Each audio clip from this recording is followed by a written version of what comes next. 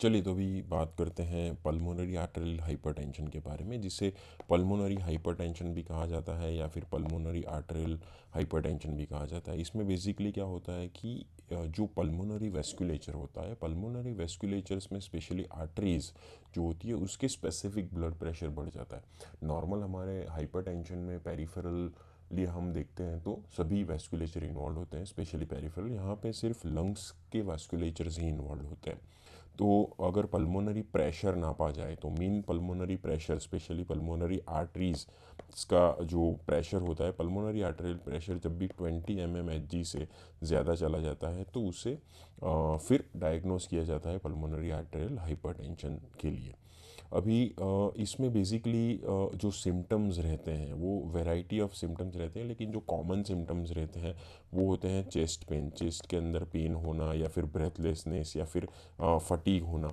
ऐसे कुछ सिम्टम्स आपको पाए जाते हैं जो नॉर्मल कार्डियोवैस्कुलर सिस्टम्स को अफेक्ट करते हैं, लेकिन जब इसका डिटेल एनालिसिस किया जाता है तब हम ये पैथोलॉजी तक पहुंच सकते हैं। कैसे होता है, कुछ रिस्क फैक्टर्स हैं जैसे फैमिली हिस्ट्री हो गई या फिर पल्मोनरी एम्बोलिज्म हो गया, बस ठीक है। तो ये काफ़ी कॉमन है, पल्मोनरी एम्बोलिज्म हुआ होता है या फिर कुछ डिसीज़ साथ एसोसिएटेड होता है, जैसे HIV के साथ एसोसिएटेड हो गया या फिर सिकल सेल डिसीज़ के साथ एसोसिएटेड हो गया। कई बार ऐसा पाया जाता है कि जो कोकेन यूज़र्स होते हैं, कोकेन का ज़्यादा यूज़ किया जाता है तो उसमें भी पाया जाता है।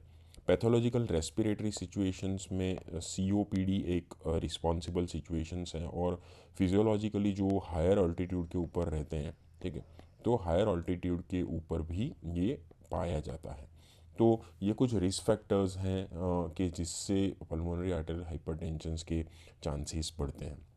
तो कैसे डायग्नोस किया जाता है, तो बेसिकली अदर जो कॉजेज़ होते हैं रेस्पिरेटरी डिसीज़ के या फिर कार्डियोवैस्कुलर डिसीज़ के, उसे अगर हम लोग रूल आउट करें तभी हम लोग ये सिचुएशंस में, पल्मोनरी आर्टरी हाइपरटेंशन के सिचुएशंस में पहुंच सकते हैं।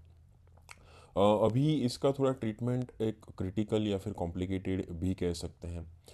इसमें हमारे पास एक सपोर्टिव ट्रीटमेंट अवेलेबल है, मेडिकेशंस कुछ अवेलेबल हैं, और स्पेशली MCQ के फॉर्म में आपको काफ़ी कुछ मेडिकेशंस पूछे जाते हैं इसमें से।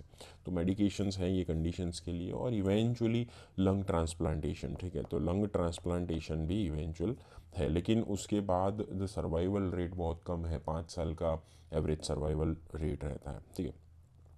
तो अभी बेसिकली इसमें जो भी ड्रग यूटिलाइज होती हैं उसके बारे में हम लोग बात करेंगे, लेकिन पहले बात करते हैं तो उसे डिवाइड किया जाता है सीरियसनेस की तरह से कि किस सीरियसनेस है, तो उसके डिटेल में हम नहीं जाएंगे, लेकिन WHO ने कुछ उसका क्लासिफिकेशन दिया है, 1 to 5 जैसा क्लासिफिकेशन देते हैं, depending upon the severity of situations उसे क्लासीफाई कहा जाता है। जैसे हमने बात की कि जिसमें शॉर्टनेस ऑफ ब्रेथ होना, चेस्ट पेन, पाल्पिटेशन होना, ठीक है, फेंटिंग हो जाना, साइनोसिस या फिर लेग और एंकल पे एडिमा होना, वो सब हम देख सकते हैं। पैथोफिजियोलॉजी में क्या होता है, जैसे हमें पता ही है कि पल्मोनरी आर्टरी प्रेशर बढ़ने की वजह से उसका जो बैक प्रेशर बढ़ता है वो जो राइट साइडेड हार्ट है, स्पेशली राइट वेंट्रिकल के ऊपर, सो राइट वेंट्रिकल के ऊपर उसका प्रेशर बढ़ने लगता है और धीरे धीरे धीरे डायलिटेशन होने लगता है, और कार्डियक मायोसाइट्स जो है वो उसके प्रेशर के अगेंस्ट सर्वाइव नहीं कर सकते। तो right sided congestive heart failure eventually develop होता है, और आपको वो सिम्टम्स देखने को मिलेंगे जो राइट साइडेड हार्ट फेलियर है। इसी वजह से ईडीमा होना, लेग का ईडीमा होना, कंजेस्टेड वेन्स होना, ऐसी चीज़ें हम लोग देख सकते हैं। तो इसे डायग्नोस करना सबसे इम्पॉर्टेंट चीज़ है, ठीक है। सो ये हो गया बेसिक जो मेन हम जैसे बात की थी कि पैथोलॉजी के हिसाब से। दूसरी एक अगर मैक्रोपैथोलॉजी की बात किए तो हमें पता है कि जो एक ब्लड वेसल्स होती हैं, स्पेशली ये जो रेस्पिरेटरी ब्लड वेसल्स, वहाँ पे एंडोथेलिन एक सब्सटेंस होता है। तो एंडोथेलिन जो होता है वो अपने एंडोथेलिन 1 जिसे कहा जाता है, वो अपने एंडोथेलिन रिसेप्टर्स होते हैं, वो एंडोथेलिन रिसेप्टर्स स्पेशली जिसे ETA और ETB रिसेप्टर्स कहते हैं, तो उनके ऊपर एंडोथेलिन रिसेप्टर्स के ऊपर काम करते हैं, और वो जवाबदार होता है कि जो ब्लड वेसल्स हैं जो लंग्स की, उसके जो स्मूथ मसल्स होते हैं वो उसका हाइपरट्रॉफी होता है, फाइब्रोसिस हो जाता है, वाजो कंस्ट्रिक्शंस होता है, ठीक है, प्रोलिफरेशन, इन्फ्लामेटरी चेंजेस होता है। तो एक इन्फ्लामेटरी प्रोसेस भी इन्वॉल्व होता है, और जिसकी वजह से जो पल्मोनरी वेस्कुलेचर है वो डैमेज होता है और कंस्ट्रिक्शन होता है और ब्लड प्रेशर बढ़ता है। तो एंडोथेलिन एक पैथोफिजियोलॉजी में इंपॉर्टेंट रोल प्ले करता है। Prostacyclin as a preventive measures है। प्रोस्टासाइक्लिन हमें पता ही है कि वाजो डायलेटरी मेडिकेशंस है, तो जो न्यूरोट्रांसमीटर हम कह सकते हैं, तो ये इसका भी एक इम्पॉर्टेंट रोल है, देखेंगे उसके बारे में। तो यहाँ पे लिखा है कि ट्रीटमेंट की अगर बात कर दे तो ड्रग ऑफ चॉइस लिखा है कि एंडोथेलिन रिसेप्टर्स एंटागोनिस्ट, ठीक है। लेकिन मोस्ट इफेक्टिव ड्रग्स लिखा है दैट इज़ PGI2। ये जो प्रोस्टासाइक्लिन्स है, जैसे हमने बात की कि प्रोस्टासाइक्लिन्स बहुत अच्छे मेडिकेशंस हैं, ठीक है, कि जो प्रोस्टासाइक्लिन्स है जो पल्मोनरी आर्टरी हाइपरटेंशन है वो अच्छे से कम करता है। इसमें भी पहली जो प्रोस्टासाइक्लिन एनालॉग के तौर पे आई थी वो थी एपोप्रोस्टेनॉल, ठीक है। वो लेकिन वो एपोप्रोस्टेनॉल क्या था कि सेंट्रल वीनस लाइन से या फिर सेंट्रल वीनस कैथेटर के थ्रू ही देना पड़ता था, जिससे क्या होता था कि सेप्सिस और थ्रोम्बोसिस होने का खतरा रहता था। दूसरी चीज़ ये थी कि उसकी हाफ लाइफ बहुत ही कम थी, सिर्फ 3 to 5 मिनट ही उसकी हाफ लाइफ थी, तो बहुत शॉर्ट हाफ लाइफ वाली ड्रग्स थी। और उसे इंटरप्शन नहीं कर सकते थे, कंटिन्यूस देना पड़ता था।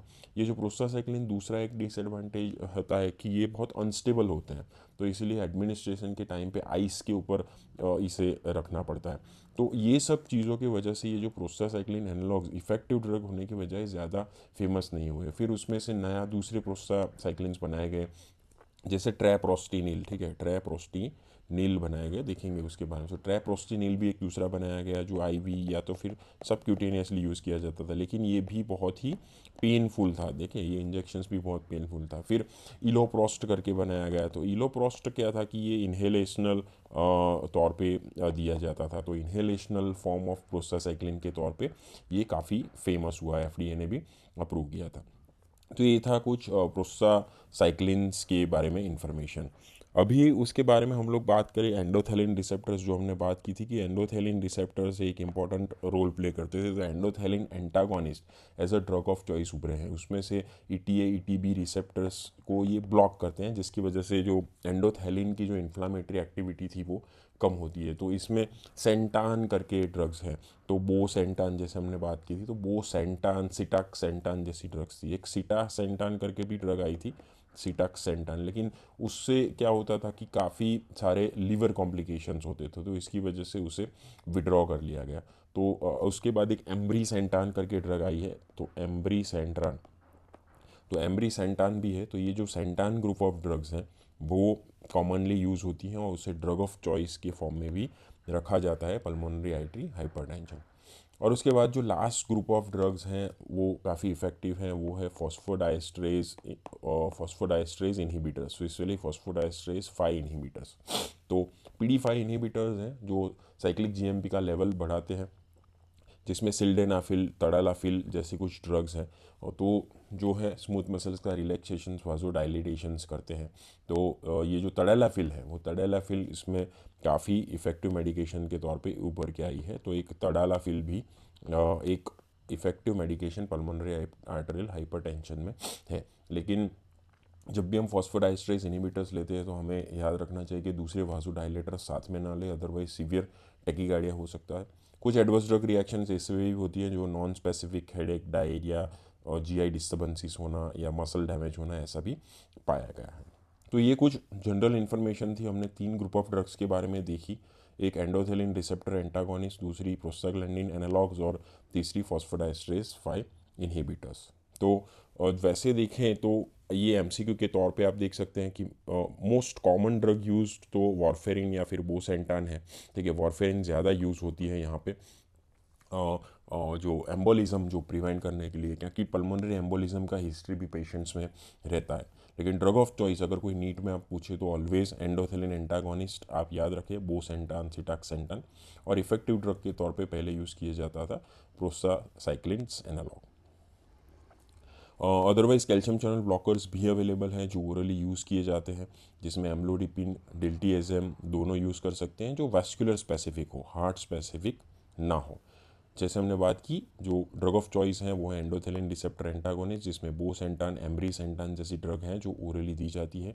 दूसरी हमने जैसे बात की सिल्डेनाफिल तडालाफिल जैसी कुछ ड्रग्स हैं जो भी फॉस्फोडाइस्ट्रेज 5 इनहिबिटर्स की मैकेनिज्म से काम करती है, ओरली इफेक्टिव है। प्रोस्टासाइक्लिन एनालॉग्स पहले यूज़ किया जाता था, एपोप्रोस्टेनॉल सेंट्रल लाइन से यूज़ किया जाता था आईवी।